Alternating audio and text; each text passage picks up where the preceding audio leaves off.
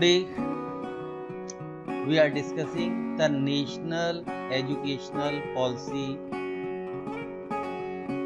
2020.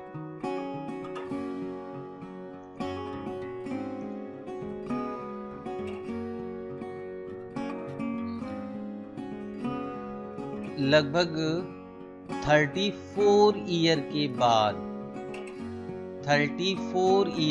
बाद ये education policy Bhajpa सरकार लेकर आई है, जो पुरानी पॉलिसी को रिप्लेस करेगी। ये नेशनल एजुकेशन पॉलिसी 2020। इस नेशनल पॉलिसी में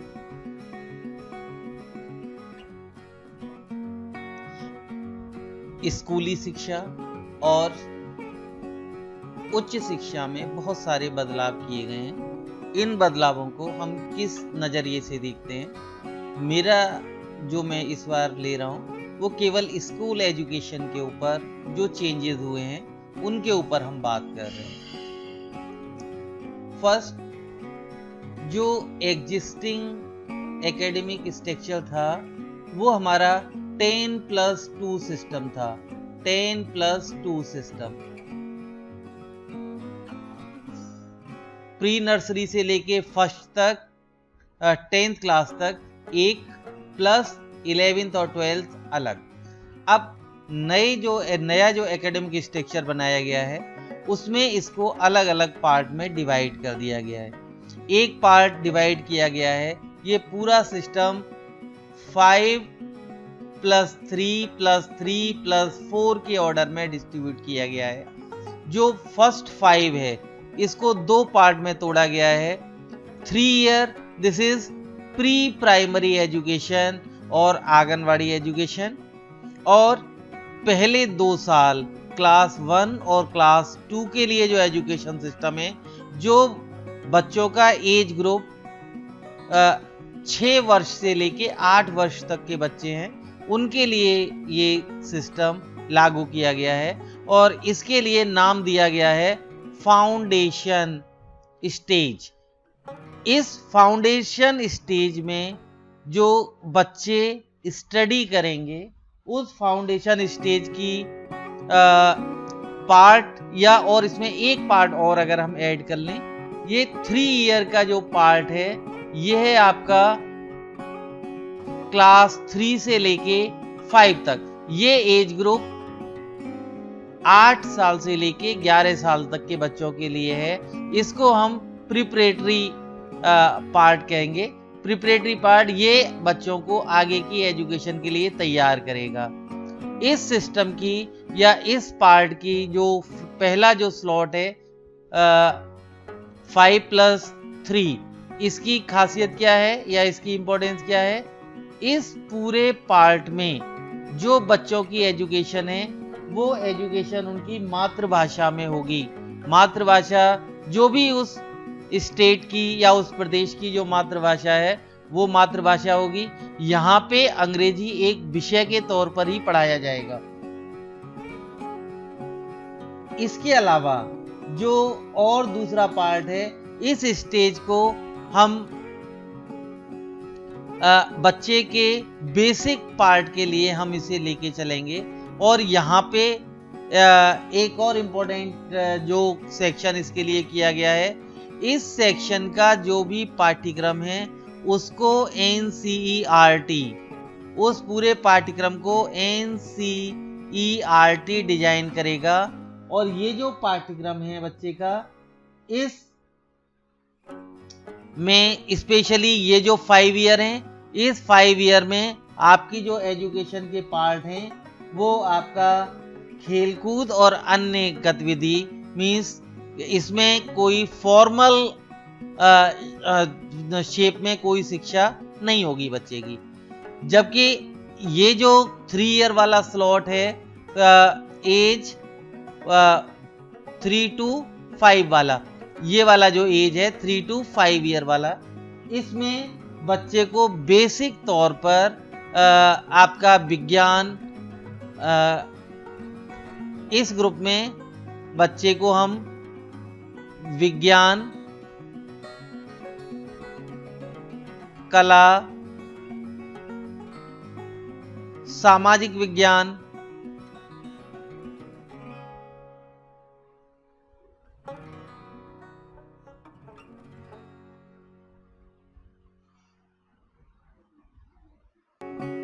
सामाजिक विज्ञान, इस प्रकार के विषयों की शिक्षा देंगे।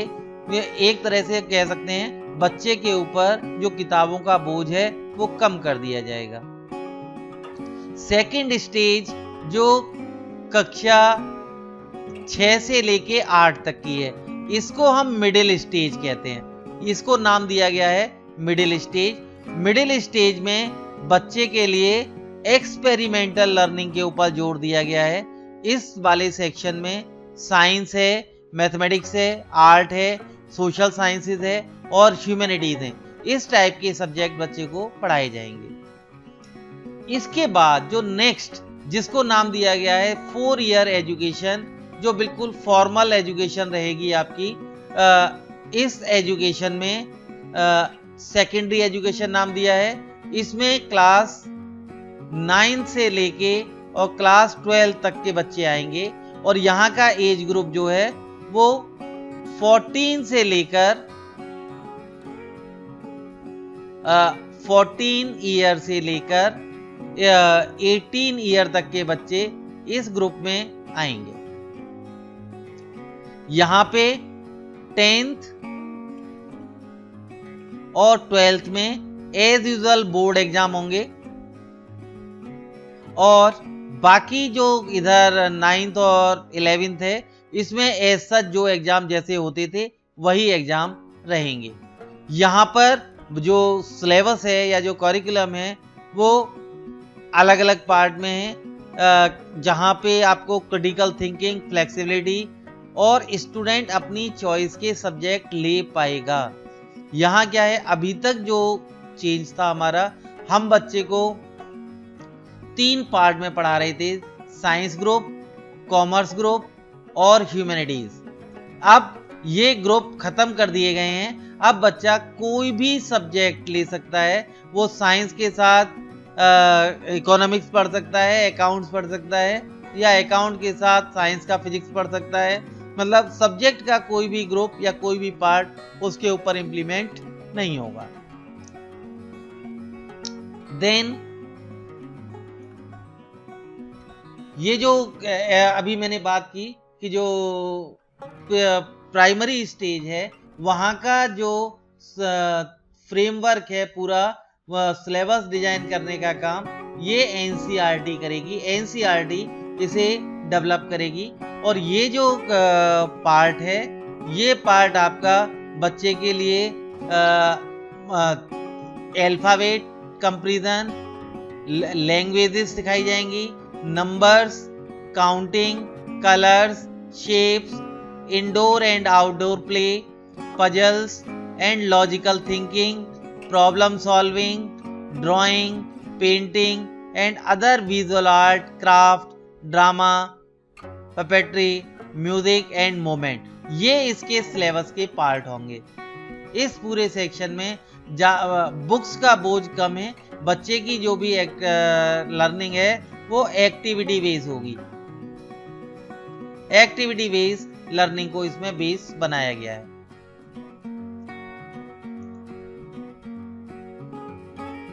Logical thinking and problem solving, art and craft and music, relationship with nature, colour, shape, alphabet, team work and collaboration, प्लेवेज, ethics, self identity and behaviour and emotional development. ये डिफरेंट पार्ट हैं जो इस सिलेबस में cover होंगे। Then एक और important बात, 5th क्लास तक जो शिक्षा का माध्यम है वो शिक्षा का जो माध्यम है वो उस बच्चे की होम लैंग्वेज, मदर टंग और लोकल लैंग्वेज में होगी। और एजुकेशन पॉलिसी कहती है अगर हम इसे 8th क्लास तक कंटिन्यू रख सकें तो ये भी हमारे लिए बेहतर है। इंग्लिश केवल एक सब्जेक्ट की तरह होगी, इंग्लिश एक सब्जेक्ट होगी, न कि मीडियम होगा इंस्ट्रक्शन का। और 3 लैंग्वेज सिस्टम को हम कंटिन्यू रख सकते हैं। ये डिपेंड करेगा कि जो स्टेट हैं या यूनियन टेरिटरी हैं वो इस पे क्या डिसीजन लेती हैं। 3 लैंग्वेज फार्मूला स्टेट के ऊपर छोड़ दिया गया है। एक और इम्पोर्टेंट बात, जो फॉरेन लैंग्वेज है, फॉरेन लैंग्वेज आप सेकेंडरी लेवल पे, इसका मतलब 9 to 12 तक पढ़ा पाएंगे। 8th क्लास तक कोई भी फॉरेन लैंग्वेज नहीं पढ़ाने की बात है। फॉरेन लैंग्वेज का इंट्रोडक्शन 9th क्लास में ही पॉसिबल है। Then board exam, board exam में भी चेंज किया गया है। बोर्ड एग्जाम पहले से आसान रहेंगे, बोर्ड एग्जाम को पहले से आसान कर दिया गया है। बोर्ड एग्जाम अब पहले से आसान रहेंगे। बोर्ड एग्जाम में एक इंपॉर्टेंट बात की गई है, अलग अलग एग्जाम को छोड़ के सेमेस्टर सिस्टम इंप्लीमेंट कर दिया गया है। 9 से 12 तक जो एग्जाम होंगे या एक और पार्ट है एग्जाम का, उस एग्जाम में क्लास 3, क्लास 3, 8 और क्लास 5, क्लास 3, 5 और 8 यहां पे एग्जाम लेने का प्रोविजन रखा गया है। और ये पूरा एग्जाम सिस्टम सेमेस्टर सिस्टम में होगा। सेमेस्टर सिस्टम में आधा सिलेबस एक बार के लिए है, आधा सिलेबस दूसरे बार के लिए है। टोटल रिजल्ट प्रिपरेशन होगा वो ए पार्ट और ये बी पार्ट जो दोनों सेमेस्टर हैं A+B/2 इंप्लीमेंट होगा। पूरा एग्जाम सिस्टम 2 सेमेस्टर में होगा और दोनों सेमेस्टर का जो सम है वो उसका रिजल्ट या स्कोर शो करेगा। तो जो एज सच बोर्ड का एग्जाम चल रहा था वो पार्ट रहेगा, लेकिन वो सेमेस्टर सिस्टम में ब्रेकअप कर दिया जाएगा।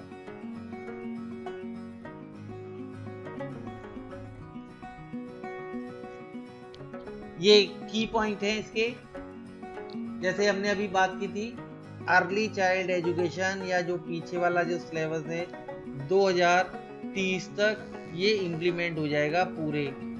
स्टार्ट कहां से होगा, ये 2021 से इंप्लीमेंट होना शुरू होगा। और जो NCERT है वो सिलेबस अगले साल के लिए डिजाइन करेगी। ये 5+3+3+4 ऑर्डर में करेगी। मीडियम ऑफ इंस्ट्रक्शन इस पूरे का मदर टंग या लोकल लैंग्वेज रहेगा एटलीस्ट क्लास 5 तक, 8th क्लास तक डिजायरेबल है। एग्जाम जो होंगे वो केवल 3, 5 और 8 में होंगे और बोर्ड एग्जाम 10th और 12th में होंगे एज यूजुअल। एक और इम्पोर्टेंट बात कि ये जो सेक्शन है, ये जो सेक्शन इंडिकेट करता है कि कोई हार्ड लाइन सेपरेशन नहीं होगा curriculum, extra and co-curricular and art and science and vocational and sports academics के बीच में। इन सबका मिला पूरा मार्क्स आपके रिपोर्ट कार्ड में शो होगा।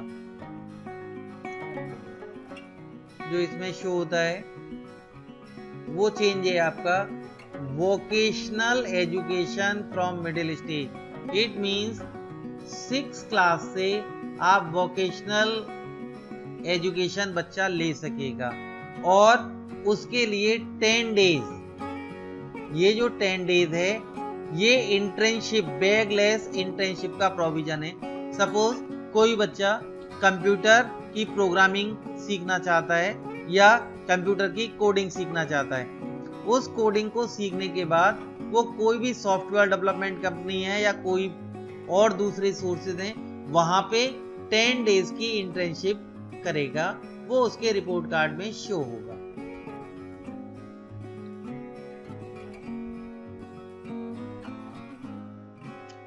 एक और इम्पोर्टेंट सेक्शन इसमें दिया है कि हर बच्चे के लिए कोई भी एक वोकेशनल करना कंपलसरी होगा।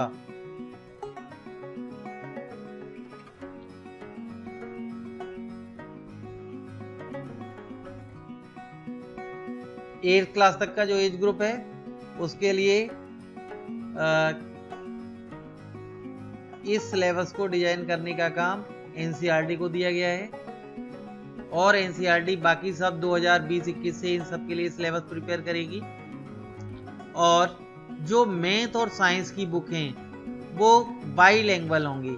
इसका मतलब 2 लैंग्वेज में होंगी, एक इंग्लिश और एक दूसरी जो भी लोकल लैंग्वेज है उसमें होंगी।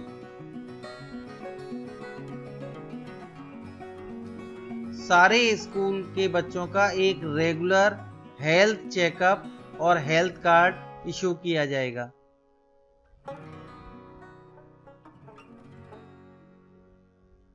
और सरकारी स्कूलों के लिए एक चेंज किया गया है कि सरकारी स्कूलों में अभी तक बच्चों को दोपहर में लंच मिल रहा था या दोपहर का खाना मिल रहा था, अब इसमें ब्रेकफास्ट को भी इंक्लूड किया गया है।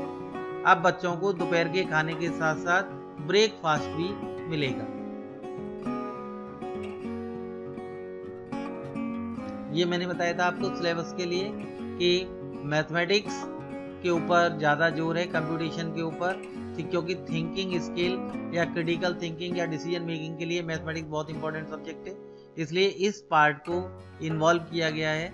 और कंप्यूटिंग स्किल जो अभी मैंने बताया आपको, कोडिंग और आर्टिफिशियल इंटेलिजेंस के ऊपर जो काम चल रहा है उसके लिए middle stage means 6 class and onward, वहां पे इसको स्टार्ट करने के लिए बात हो रही है। इंक्लूडिंग ये जो पार्ट है ये आपका मिडिल लेवल पर और सेकेंडरी स्टेज पे जो सब्जेक्ट पढ़ाने हैं 9th and onward, artificial intelligence, design thinking, health, organic living, environmental education, global citizenship and education etcetera, ये सारी चीजें इसके अंदर इन्वॉल्व है। और एक और इम्पोर्टेंट पार्ट है इसमें, रिजल्ट वाला पार्ट, जो रिपोर्ट कार्ड होगा बच्चे का या एकेडमिक परफॉर्मेंस के लिए जो रिपोर्ट कार्ड होगा, वो रिपोर्ट कार्ड 360 मेजरमेंट के लिए होगा। इसका मतलब उस रिपोर्ट कार्ड में बच्चा खुद अपने आप को भी मार्क्स देगा, सेल्फ असेसमेंट भी है उसमें, प्लस उसके कॉलीग या साथी जो हैं वो भी मार्क्स देंगे, टीचर्स भी मार्क्स देंगे, प्लस उसकी जो और एक्स्ट्रा एक्टिविटीज हैं उन एक्टिविटीज के मार्क्स भी होंगे, और जो थ्योरी का पार्ट है या जो उसने पढ़ा है एकेडमिक जो कॉस्कोलास्टिक वाला पार्ट है उस पार्ट्स के मार्क्स भी होंगे। सबको मिलके उसका रिपोर्ट कार्ड प्रिपेयर होगा। ये इसका कंप्लीट पार्ट है। और 1985 से पहले जो एजुकेशन मिनिस्ट्री में नाम दिया जाता था, बाद में 1985 में चेंज करके मानव संसाधन विकास मंत्रालय कर दिया गया। अब इस नाम को फिर दोबारा चेंज कर दिया गया है। अब अगेन ये एजुकेशन मिनिस्ट्री कहलाएगी। मानव संसाधन HRD मिनिस्ट्री का नाम चेंज कर दिया गया है। अब ये नाम दोबारा से एजुकेशन मिनिस्ट्री होगा। उम्मीद है आप लोग समझ पाए होंगे कि नई शिक्षा नीति स्कूलिंग शिक्षा के संदर्भ में क्या है। मैंने उसके ऊपर कुछ बात की है, और जैसे भी आगे बढ़ेंगे तो फिर आगे के पार्ट पे भी मैं कोशिश करूंगा कुछ इंफॉर्मेशन देने की। Thank you.